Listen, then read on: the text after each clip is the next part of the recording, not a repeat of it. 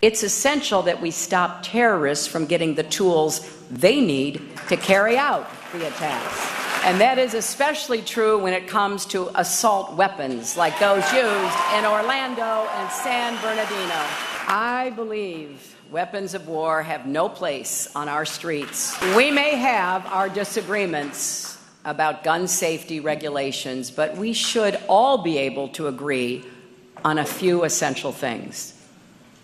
If the FBI is watching you for suspected terrorist links, you shouldn't be able to just go buy a gun with no questions asked. And you shouldn't be able to exploit loopholes and evade criminal background checks by buying online or at a gun show.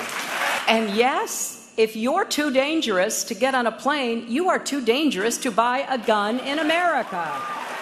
Now, I know some will say that assault weapons and background checks are totally separate issues having nothing to do with terrorism. Well, in Orlando and San Bernardino, terrorists used assault weapons, the AR-15, and they used it to kill Americans. That was the same assault weapon used to kill those little children in Sandy Hook. We have to make it harder for people who should not have those weapons of war.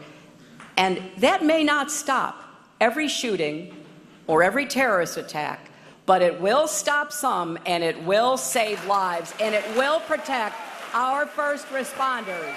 And I want you to know, I'm not going to stop fighting for these kinds of provisions.